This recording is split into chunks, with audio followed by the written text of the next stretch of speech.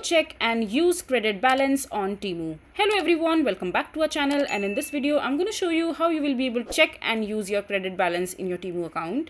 So first of all, just simply open your Temu official website, or you can also use the application in your mobile device. And once you're there, just simply log into your account using your credentials, and after that just simply click on the profile section from the top right corner, and over here under the menu you will be able to see the option called credit balance. Just simply tap on it, and on the credit balance section you will be able to see all the credit that you have in your account. But right now, as you can see, that my account is brand new, that is why I don't have any credit balance in my account as of now. But if you have the credit balance, in order to use it, you can go ahead and shop in the Temu app and select item and put them into your cart. And if your products are eligible for the credit balance to be used, your credit balance will be automatically applied to these particular orders. And yeah, that's how you will be able to use it. So this is basically how you will be able to check and use credit balance on Temu. I hope you find this video to be helpful.